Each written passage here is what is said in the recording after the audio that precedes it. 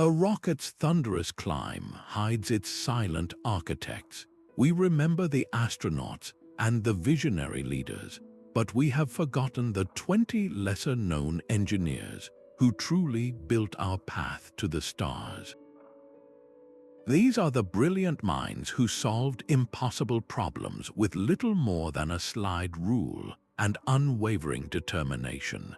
By the end of this journey, you will know the names and stories of the people who gave us everything from satellite navigation to the Mars rovers. Why were their world-changing contributions kept in the shadows for so long? And what does the quiet genius of a single chemist have to do with your ability to leave Earth's atmosphere today?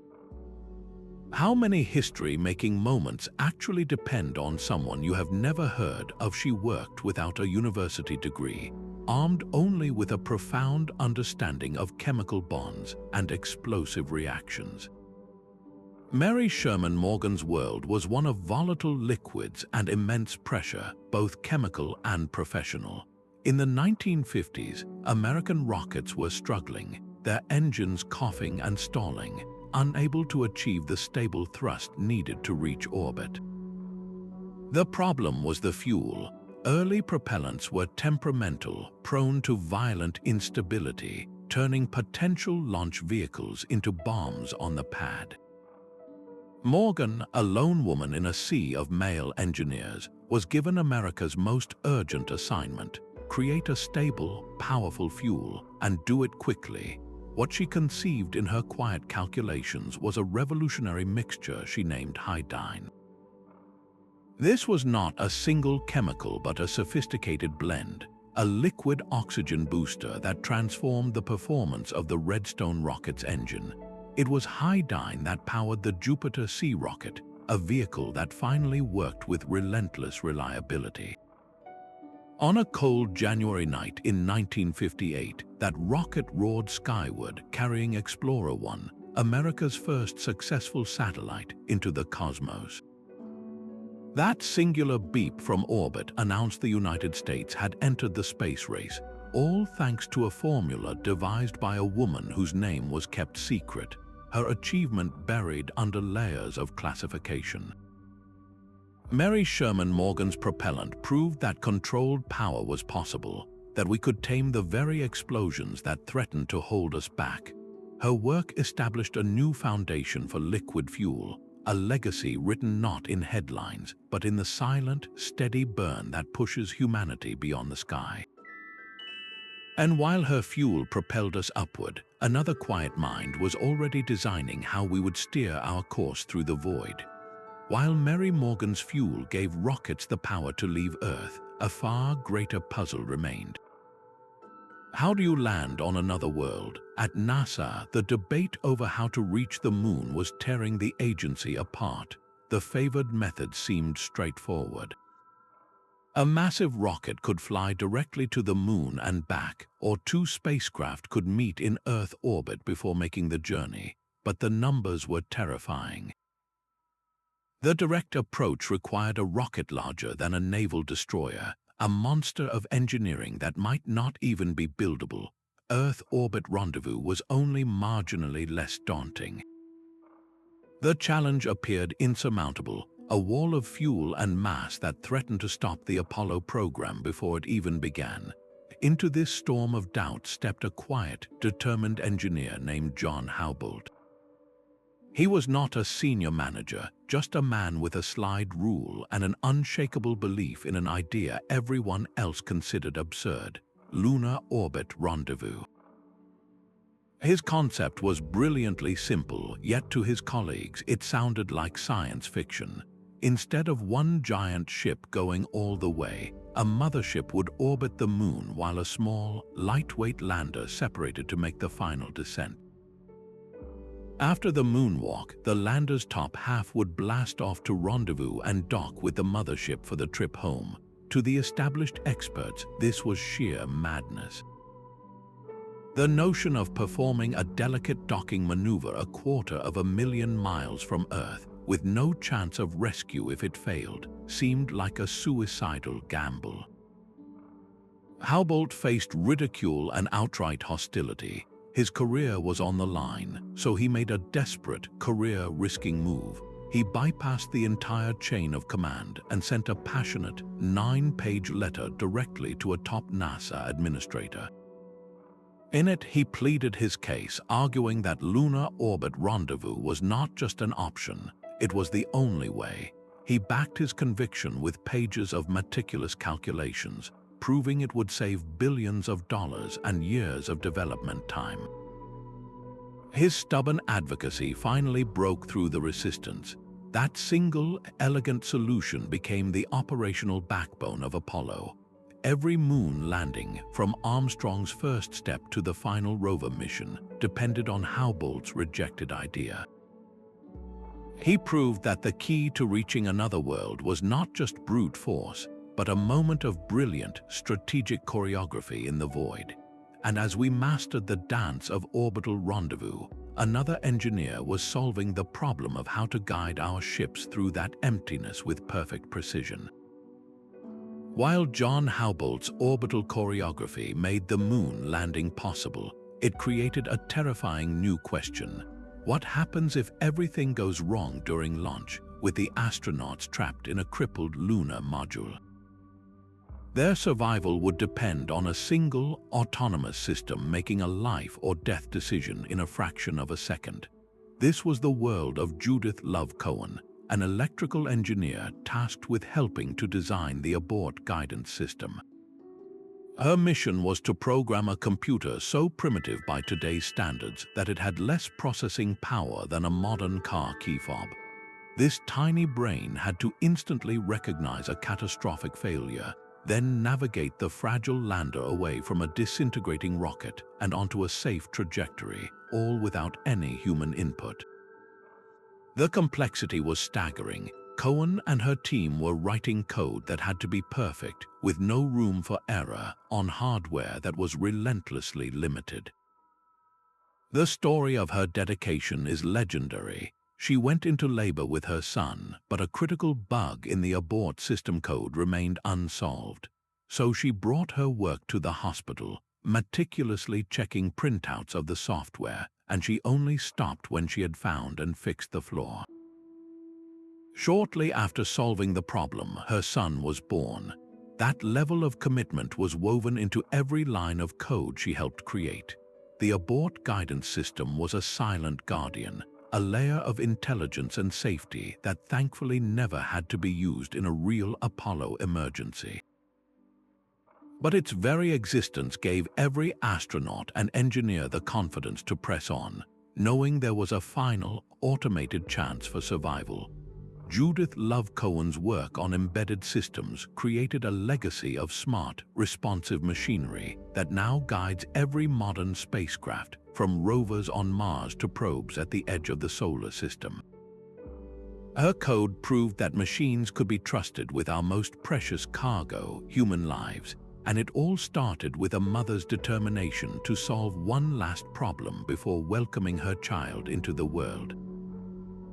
That insistence on perfect, life-saving code, running on such limited hardware, created a paradox.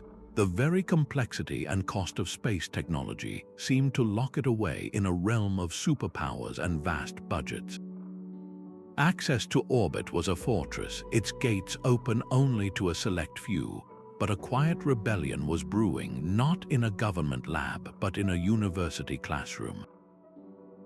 Bob Twiggs, a professor at Stanford University, watched his brightest students graduate without ever touching a real spacecraft. They learned theory from textbooks, but the practical, hands-on experience of building and launching a satellite was an impossible dream, reserved for a handful of seasoned engineers at NASA or the Department of Defense. Twiggs believed there had to be a better way. His goal was not to build a smaller satellite for its own sake, but to build a better teacher. The solution he co-created was deceptively simple, a miniature satellite standard he called the CubeSat. It was a basic building block, a perfect cube measuring just 10 centimeters on each side, small enough to hold in your hand. This was not just a tiny satellite, it was a philosophy. It was modular, so multiple units could be stacked together for more ambitious missions. It was standardized with set dimensions and interfaces, so anyone could design hardware that would fit. And most importantly, it was affordable. Suddenly, the impossible became possible. A university club could fundraise for a launch. A small startup could test a new sensor.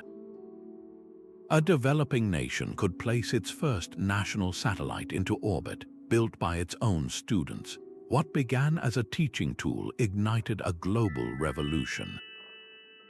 The CubeSat standard shattered the cost barrier and democratized access to space.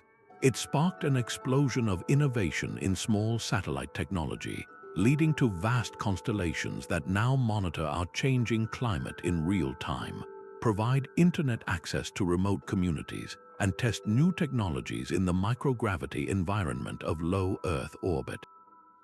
Bob Twiggs did not build a billion-dollar spacecraft. He built a key, and he gave that key to the world. He proved that the next giant leap for humanity would not come from a single monolithic machine, but from thousands of small, brilliant packages, each one a testament to the power of an open door. And as these tiny satellites began to fill the skies, they created a new and urgent demand for a different kind of miniaturization, one that would power our journey to the very edge of the solar system. Those tiny satellites filling the skies were listening to a planet that was shouting a warning we could not hear. The first successful American satellites, Explorer 1 and 3, carried more than national pride into the void. They carried a set of miniature instruments designed by a physicist and engineer named James Van Allen. His goal was simple: to measure cosmic rays in the new frontier of space. But his Geiger counters, small and robust enough to survive the violent launch, did not behave as expected. At a certain altitude, their readings went haywire, not with a faint trickle of radiation, but with an overwhelming surge. The needles pinned themselves to the stop, indicating a level of radiation so intense that Van Allen first thought his instruments had broken. He had not built a faulty detector. He had discovered a fortress. Encasing our entire planet were vast, donut-shaped bands of trapped radioactive particles, held in place by Earth's magnetic field. We now call them the Van Allen radiation belts. This was not a quiet scientific curiosity. It was a raging torrent of energy, an invisible barrier that any spacecraft leaving Earth would have to confront. The discovery immediately forced a complete rethink of spacecraft design and human spaceflight. How do you protect an astronaut from a constant, invisible storm? Engineers had to develop new forms of shielding and, even more cleverly, plot trajectories that minimize the time spent traversing the belt's most intense regions.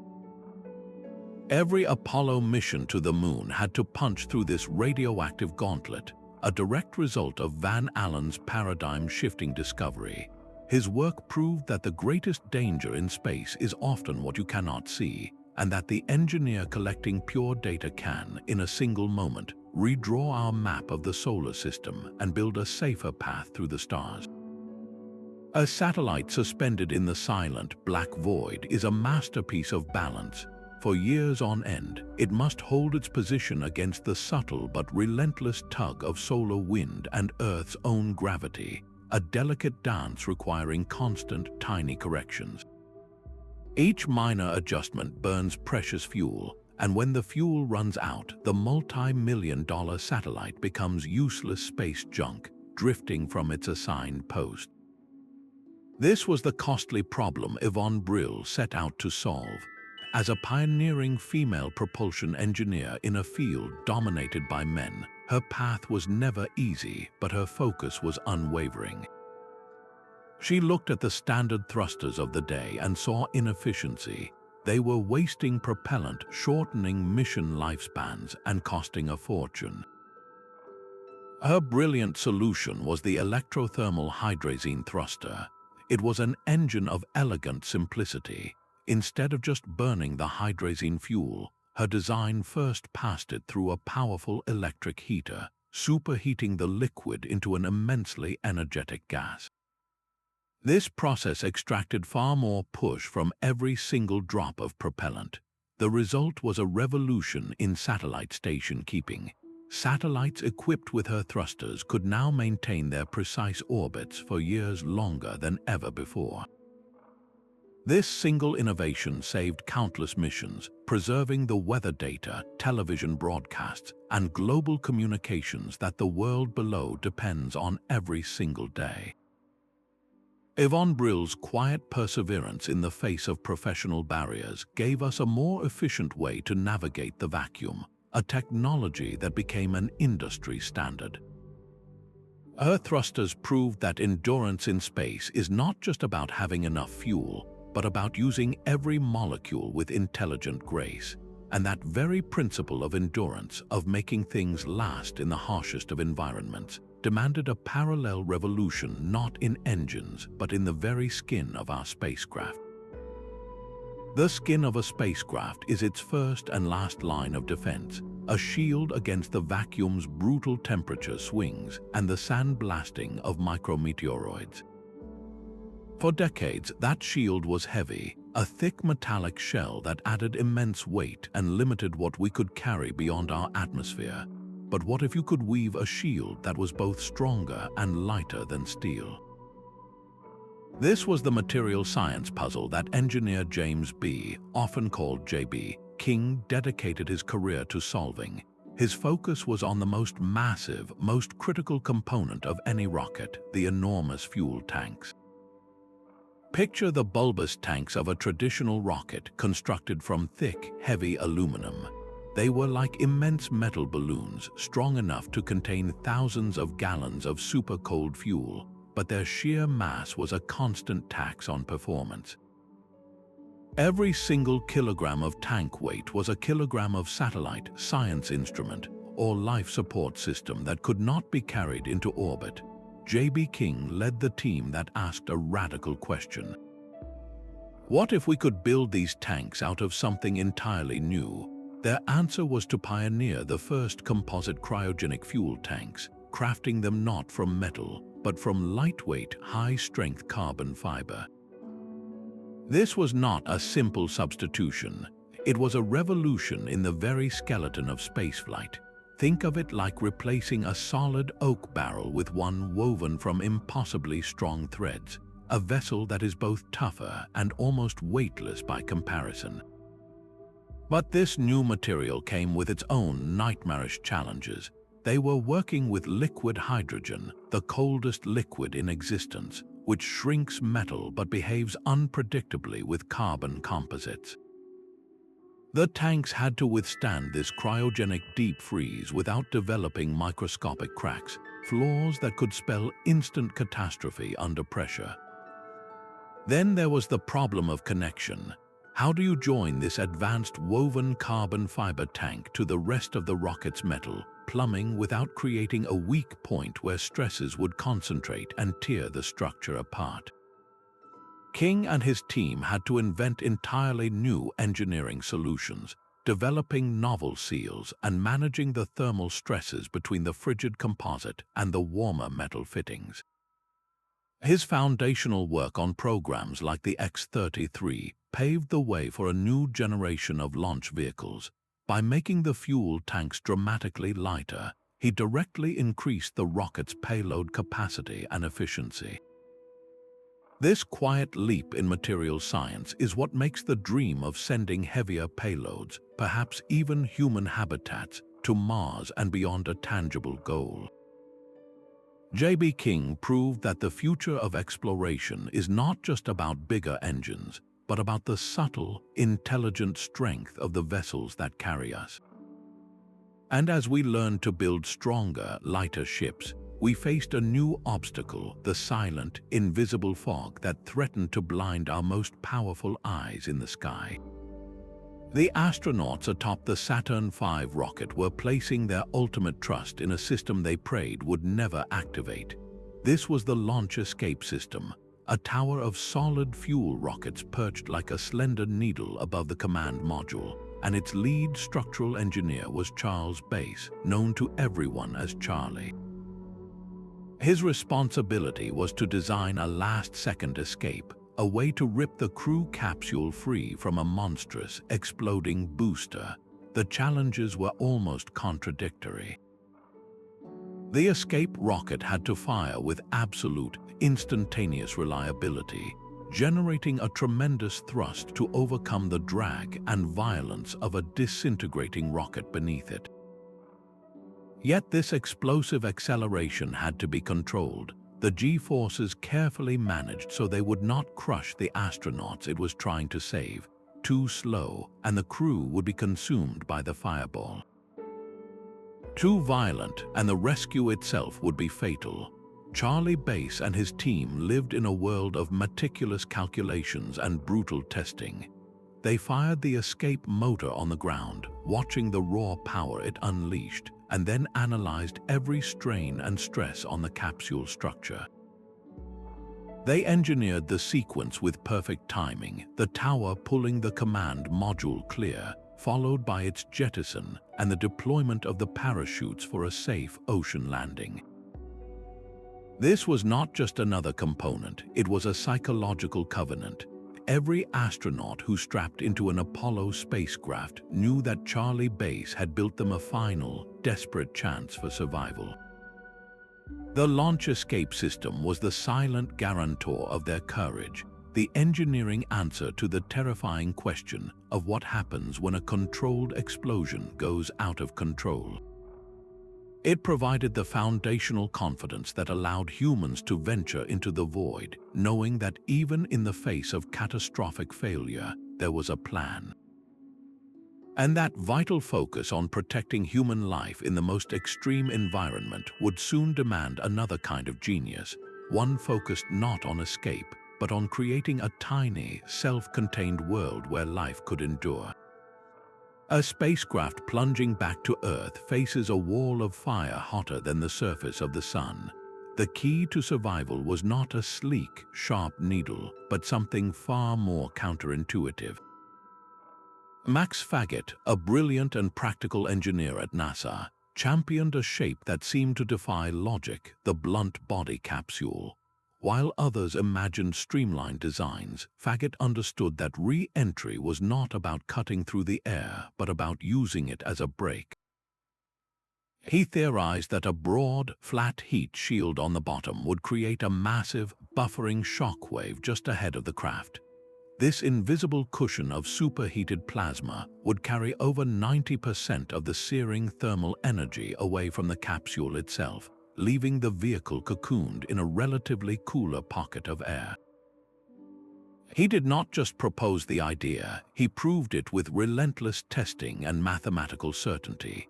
This fundamental design became the unmistakable silhouette of American courage, from the bell-shaped Mercury capsule that carried John Glenn to the conical Apollo command modules that brought our moonwalkers home. Every single astronaut who has ever returned safely from orbit has Faget's intuitive genius to thank. His blunt body design is the unsung hero of every homecoming, the simple, brilliant shape that turns a fireball into a survivable deceleration. And just as Faget mastered the inferno outside the capsule, another engineer was solving the puzzle of the fragile world within. While the astronauts trained for their monumental moonwalk, a quieter mission was taking shape on a workbench at NASA. Jack Kinzler, a man known around the agency as Mr. Fix-It, was handed a unique challenge. Scientists desperately wanted to capture particles from the sun itself, a stream of charged gas called the solar wind. But the solution could not be a complex, power-hungry machine. It had to be something an astronaut could deploy perfectly in a bulky pressure suit with thick gloves and limited time. Kinzler's answer was a masterpiece of minimalism, the solar wind composition experiment. It looked almost too simple to be real, a roll of thin aluminum foil, 4 feet long and 1 foot wide, that would be exposed to the sun on a telescoping pole, much like a sail. For 77 minutes during the first lunar landing, That foil collected a pristine sample of the sun's own material, particles that had traveled 93 million miles to be captured by a sheet of metal on a pole. After exposure, Neil Armstrong simply rolled it up and brought it home.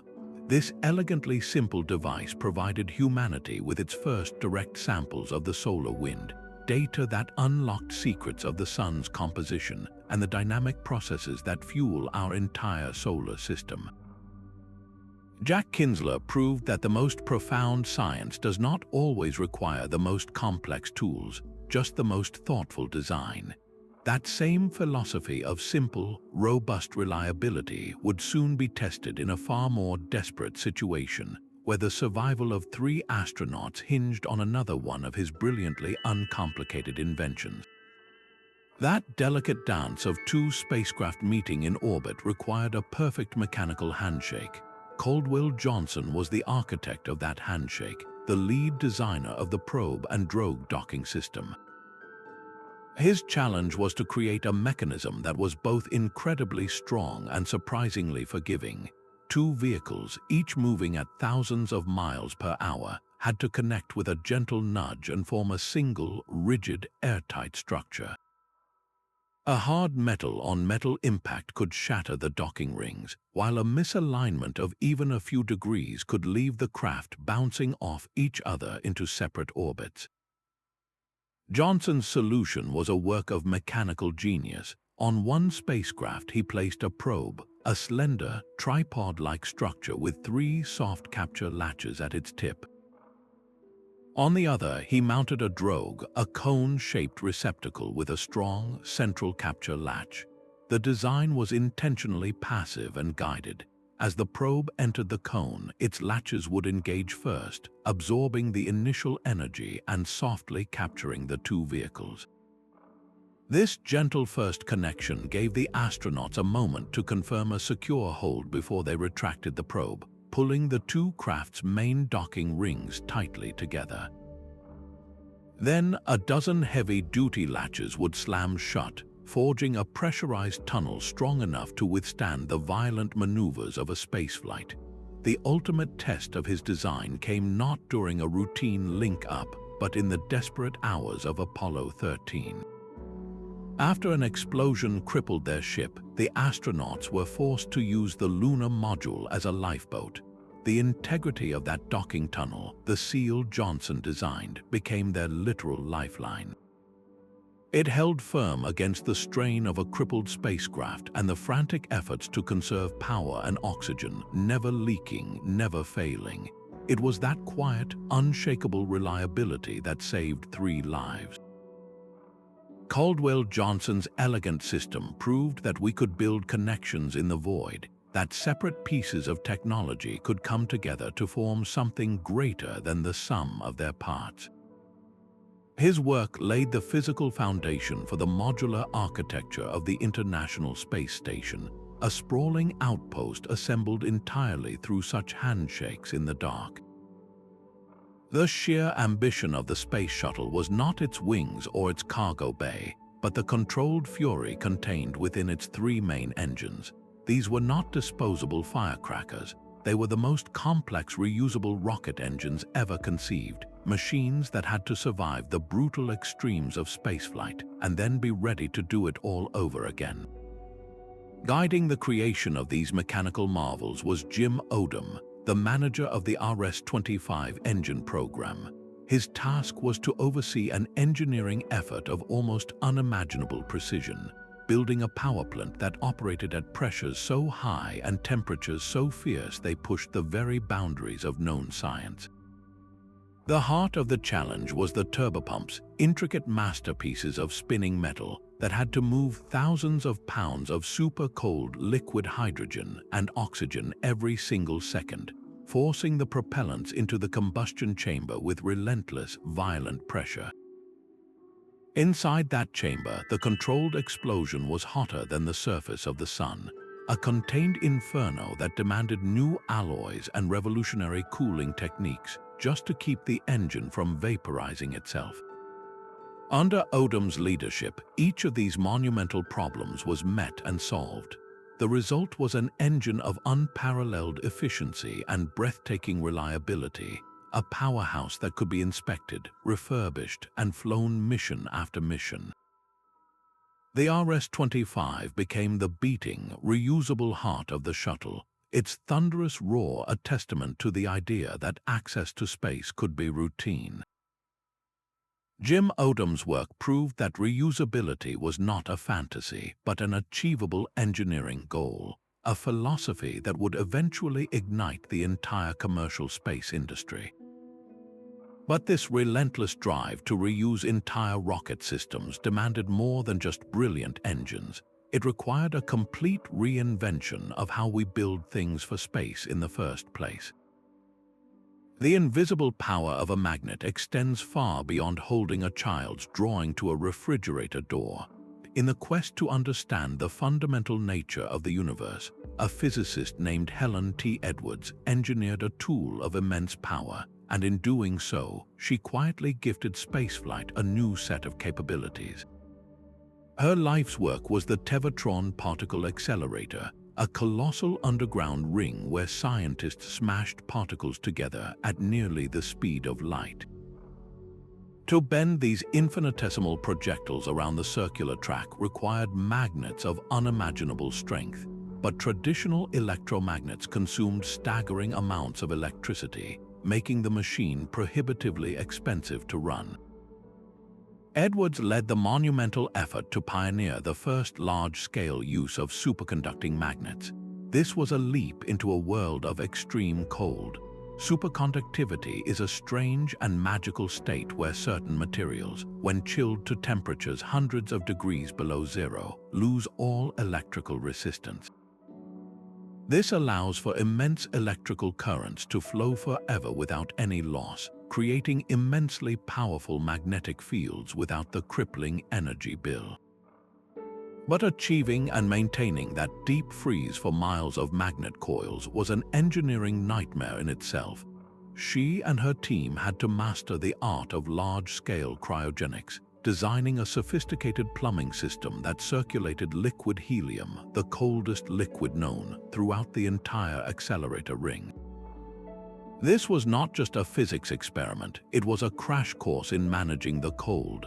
Every solution her team developed, every valve they designed, every technique they perfected for handling super-cold fluids on a massive scale became a priceless data set for aerospace engineers. Suddenly, the challenge of storing liquid hydrogen and oxygen in a rocket's fuel tank, a problem of similar cryogenic intensity, had a new well of knowledge to draw from. The quest to understand subatomic particles had, almost accidentally, delivered a masterclass in the very technology needed to power our journey to the stars. Helen T. Edwards proved that a breakthrough in one field can be the secret foundation for progress in another, and the management of super-cold fluids would become the central obsession of our next quiet architect. A name can be a whisper of ambition or a roar of intent. After the Mercury program proved humans could survive in space, the next step demanded a title that matched its monumental goal. It was in a quiet meeting about the follow-up program that Senior Director Abe Silverstein offered a single, resonant word: Apollo. He drew it from the Greek god who drove his chariot across the sky, bringing light to the world. Silverstein was not just naming a project, he was shaping its soul. He understood that a mission of such scale and danger needed a story, a symbol that would capture the spirit of a nation and inspire the teams who would have to build the impossible. But his visionary influence was not confined to mythology. As head of NASA Lewis Research Center, Silverstein was a steadfast champion for a fuel many considered too volatile and exotic to be practical: liquid hydrogen. The technical hurdles were immense, requiring entirely new methods to handle and store a substance that exists at temperatures close to absolute zero. Skeptics argued it was a fool's errand, but Silverstein saw its unparalleled potential. Liquid hydrogen, when burned with liquid oxygen, provides a specific impulse or efficiency far greater than any other chemical propellant. His unwavering advocacy led directly to the development of the high-performance Centaur and J-2 upper stage engines. These were the workhorses that gave spacecraft the final, powerful push to break free of Earth's grasp and set a course for the Moon. Without the immense energy density of liquid hydrogen, the Saturn V rocket could never have sent the Apollo Command Module on its translunar journey. Abe Silverstein proved that engineering is as much about belief as it is about equations, about having the foresight to see a symbolic name as a catalyst for human effort, and the courage to bet on a risky fuel that would ultimately light our way to another world. The equations he solved on paper were a prelude to the fire he would later ride into orbit, long before John Bluford made history as the first African-American in space. He was an engineer deciphering the invisible chaos of the air itself. His doctoral research delved into computational fluid dynamics, a field that uses complex mathematics to predict how air behaves at unimaginable speeds. Bluford focused on a critical and dangerous moment in flight, when a delta-wing aircraft, the same shape that would be used for the space shuttle, flies at a high angle of attack. This is the point where smooth airflow begins to break apart, where a wing can suddenly stop generating lift and send a plane into a deadly stall or an uncontrollable spin. His work was not theoretical. In an era before powerful supercomputers, his calculations provided a clearer map of these aerodynamic storms. He gave designers the data they needed to shape wings and control surfaces that could maintain stability even at the edge of failure. This foundational research directly improved the design of supersonic aircraft and lifting body vehicles, the very concepts that evolved into the Space Shuttle orbiter. His engineering legacy is a powerful reminder that the courage to fly into the unknown is built upon the quiet confidence of those who first learned to navigate its hidden dangers. While Bluford mastered the flow of air over a craft's wings, another engineer was perfecting the control of the craft's own internal motion, a subtle art that would define our ability to build permanent structures in the void. But that flawless orbital handshake, that gentle nudge in the void, often depended on a violent, split-second act of separation. For a rocket to shed its empty stages or for a satellite to deploy its solar panels, it cannot rely on motors or latches that might jam. You need a guarantee, a single, irreversible action that works perfectly the first and only time it is ever used. This was the world of John D. Jack C. Houck, a master of pyrotechnic systems. His craft was designing miniature, precisely controlled explosions. These were not bombs in the traditional sense, but intricate devices, often no larger than a coin, packed with specialized chemicals and engineered to channel their energy in one perfect, predictable direction. A typical Houck-designed pyrobolt, for instance, might hold a threaded rod in place with immense force. When the electrical signal was given, its tiny charge would sever that rod with the clean, instantaneous cut of a guillotine, releasing a spacecraft or deploying a critical antenna. The challenges were immense. These devices had to survive the bone-jarring vibrations of launch without cracking or degrading. They had to function in the absolute vacuum of space, and they had to fire with nanosecond precision amidst the powerful electromagnetic noise of a roaring rocket. Houck's genius lay in his deep understanding of shock dynamics and reliability engineering. He treated each tiny charge not as a simple firecracker, but as a precision instrument, its chemistry and construction honed to eliminate any chance of failure. From the mighty Saturn V, where his pyrotechnics separated its massive stages, to the delicate deployments of modern communication satellites, his work was the silent, sure hand that orchestrated the dance of transformation in space.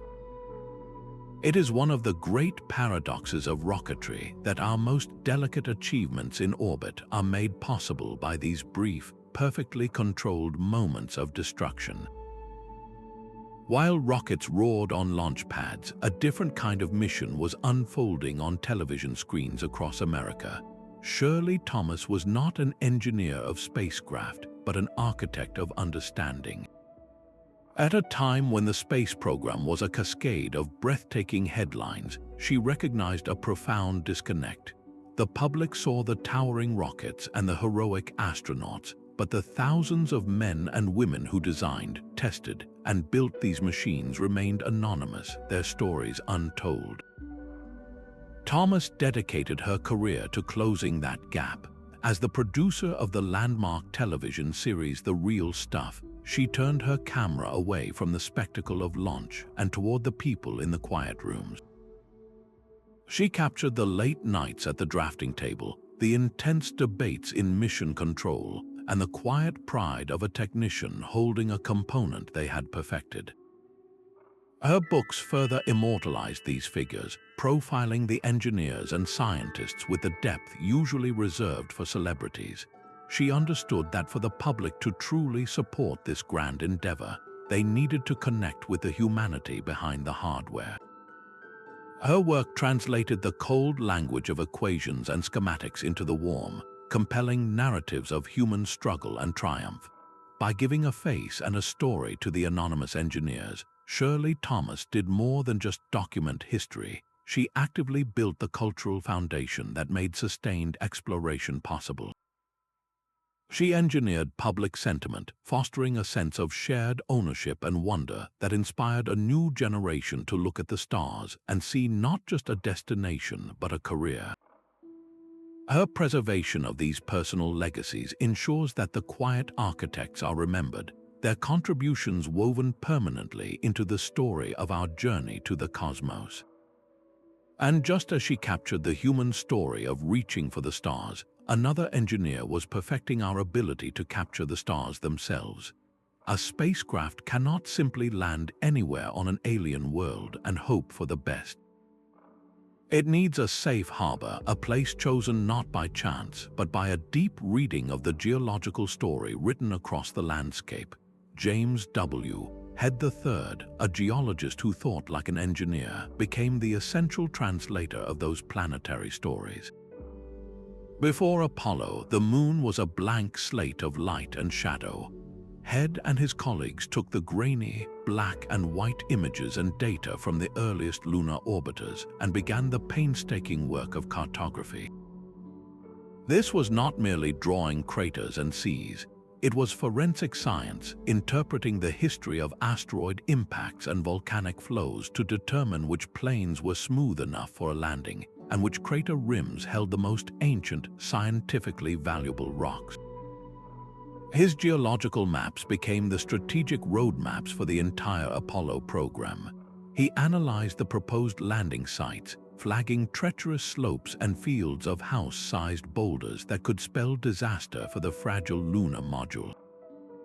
His analysis was the reason Armstrong had that wide, flat plain in the Sea of Tranquility, and why subsequent missions could confidently target more complex and rewarding geological formations. Head later took this same rigorous methodology to the Red Planet. He helped lead the site selection for the Viking landers, the first American spacecraft to touch Mars, and later for the Pathfinder mission and the Mars exploration rovers. His process was a constant dialogue between scientific desire and engineering reality. A site might have fascinating layered cliffs, but if the landing ellipse was pockmarked with jagged rocks, it was a death trap. He translated the language of rock layers and wind-blown deposits into the language of slope angles and radar reflectivity, creating a set of clear, quantitative constraints for the engineers to design against.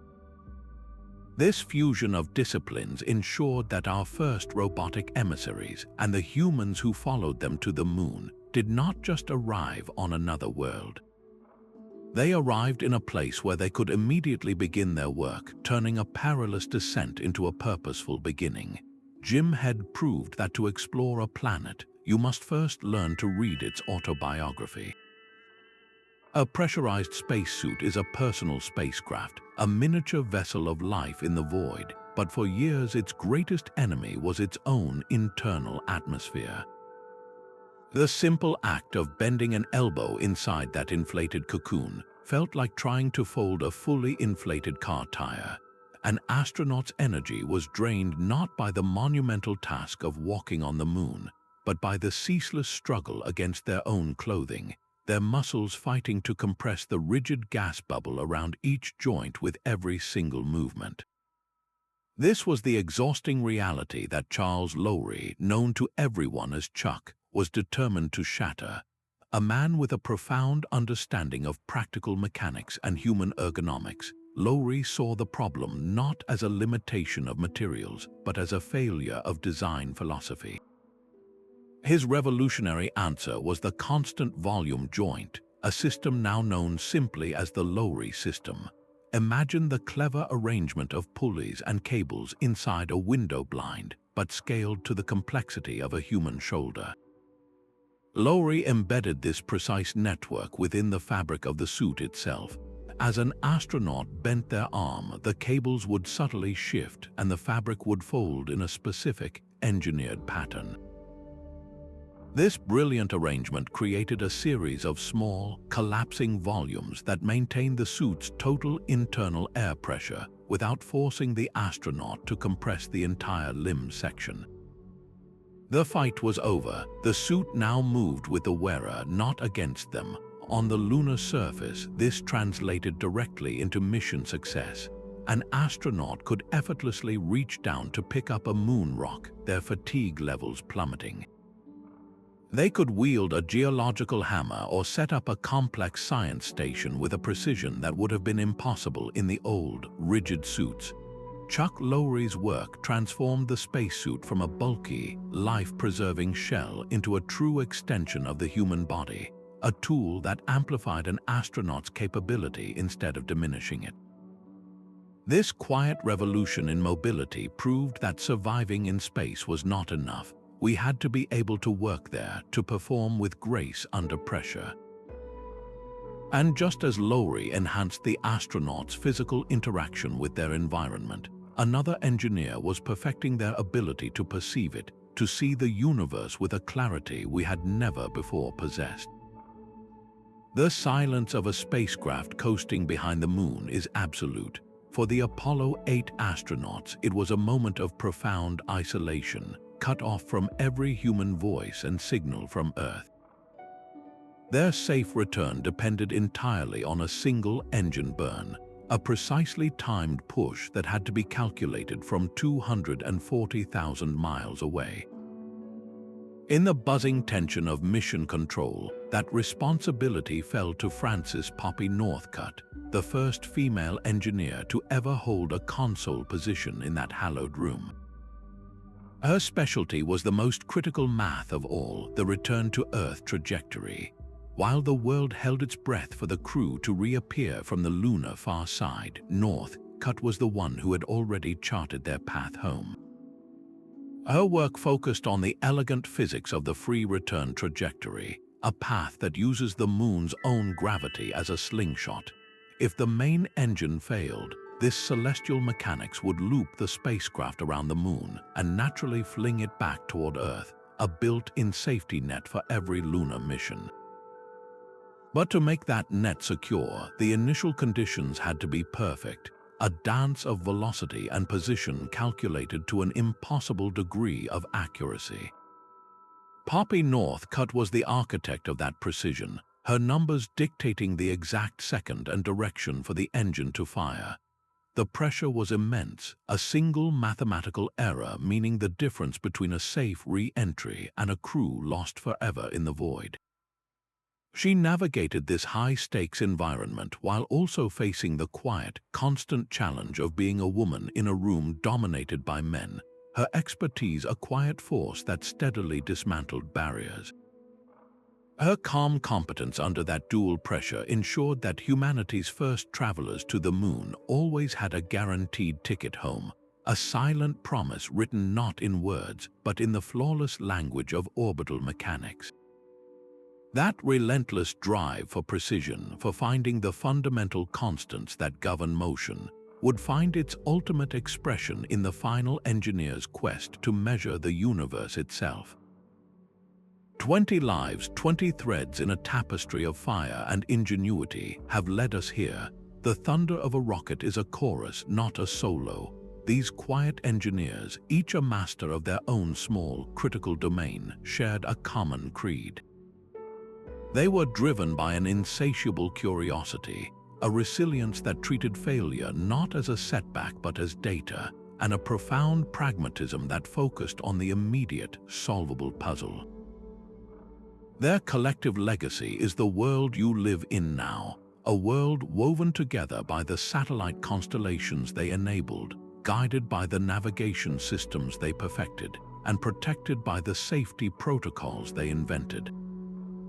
This entire architecture of modern spaceflight, from the GPS signal in your phone to the weather forecast you rely on, stands on the foundation they built, one meticulous calculation, one tested component at a time. They demonstrated that the greatest leaps are not sudden, blinding flashes, but the final, visible step in a long, patient climb made by many hands. This reality stands in stark contrast to our modern fascination with the lone, celebrity visionary. The myth of the singular genius is a compelling story, but it is a fiction that erases the truth of how things are actually built. The journey to the stars was, and always will be, a communal effort. It demands the chemist, the coder, the thermal specialist, and the structural engineer, all trusting the work of the others, all contributing a single, essential piece to a puzzle of almost infinite complexity. To know their stories is to understand that the future is not delivered by a handful of famous names, but forged in the quiet dedication of countless unseen minds. This hidden history offers us not just inspiration, but a crucial blueprint for the next great journey, waiting just beyond our reach.